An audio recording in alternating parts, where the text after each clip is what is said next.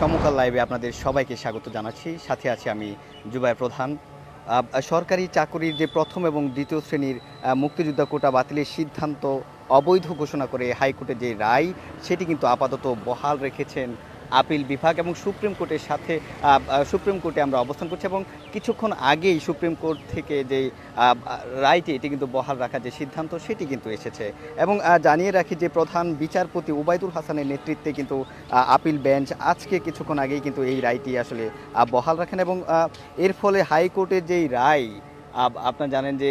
যেই রায়টি ছিল সেটি কিন্তু বহাল রয়েছে। কোটা সংস্কার আন্দোলনের প্রেক্ষাপটে 5 বছর আগে যে প্রথম এবং দ্বিতীয় শ্রেণীর সরকারি চাকুরির ক্ষেত্রে যে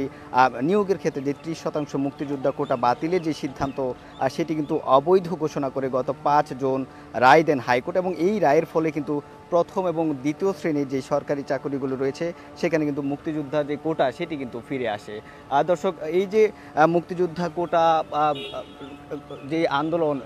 যে বাতিলের যে সিদ্ধান্তে যে আন্দোলন সেটি কিন্তু আমরা দেখেছি যে পর্যায়ক্রমে সাধারণ শিক্ষার্থী যারা রয়েছেন তারা কিন্তু আন্দোলন করছেন। ঢাকা বিশ্ববিদ্যালয় সহ সারা দেশের যেই পাবলিক বিশ্ববিদ্যালয়গুলো রয়েছে সেখান থেকে আমরা দেখেছি যে শিক্ষার্থীদের যে বিশাল সংখ্যক অংশগ্রহণ, তারা কিন্তু অংশগ্রহণের মাধ্যমে আন্দোলনের যে তীব্রতা সেটি কিন্তু আসলে বাড়িয়ে দিচ্ছেন এবং এই যে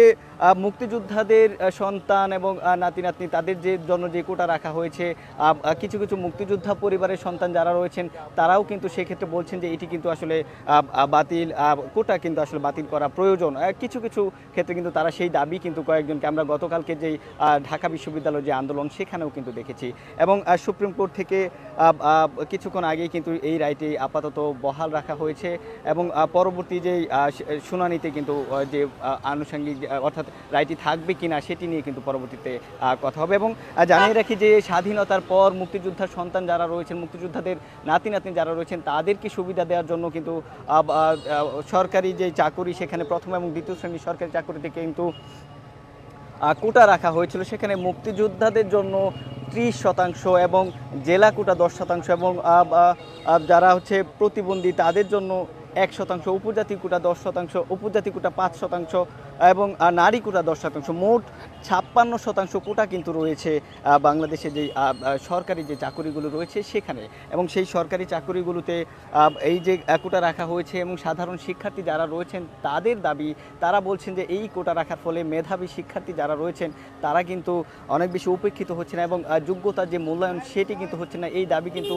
সাধারণ শিক্ষার্থী যারা রয়েছেন, আন্দোলনরত শিক্ষার্থী যারা রয়েছেন তারা কিন্তু সেই দাবিটি জানাচ্ছেন। গতকালকে আমরা দেখেছি যে শাহবাগে তারা কিন্তু দীর্ঘ একটা সময় অপেক্ষা করেছেন, দীর্ঘ একটা সময় কিন্তু তারা সেখানে বসে আন্দোলন করেছেন। সেই জায়গা থেকে তাদের দাবি ছিল যে তাদের যে দাবি অর্থাৎ কোটা কিন্তু মুক্তিযোদ্ধা যে 30% কোটা রাখা হয়েছে সেটি যেন কমিয়ে আনা হয় সেই দাবি তারা জানিয়েছেন এবং সাধারণ শিক্ষার্থীরা কিন্তু আজকেও ঢাকার যে শাহবাগ এলাকা রয়েছে সেখানে কিন্তু তারা ইতিমধ্যে জড়ো হচ্ছেন এবং তাদের যে আন্দোলন সেটি কিন্তু তারা চালিয়ে যাচ্ছেন। পাশাপাশি কিন্তু ঢাকা বিশ্ববিদ্যালয়ের সাথে সাথে চট্টগ্রাম বিশ্ববিদ্যালয় সহ সারা দেশে যে পাবলিক বিশ্ববিদ্যালয়গুলো রয়েছে সেখানেও কিন্তু তাদের যে আন্দোলন সেটি কিন্তু আসলে তারা চালিয়ে যাচ্ছেন। এই যে কোটা আপনারা জানেন যে 1972 সালে যেই কোটাটি চালু হয়েছিল মুক্তিযুদ্ধের পরবর্তী সময়ে সেটি কিন্তু দীর্ঘ 46 বছর কিন্তু চলমান ছিল এবং 46 বছর পর 2018 সালে কিন্তু সাধারণ শিক্ষার্থী যারা রয়েছেন তারা কিন্তু আন্দোলন করে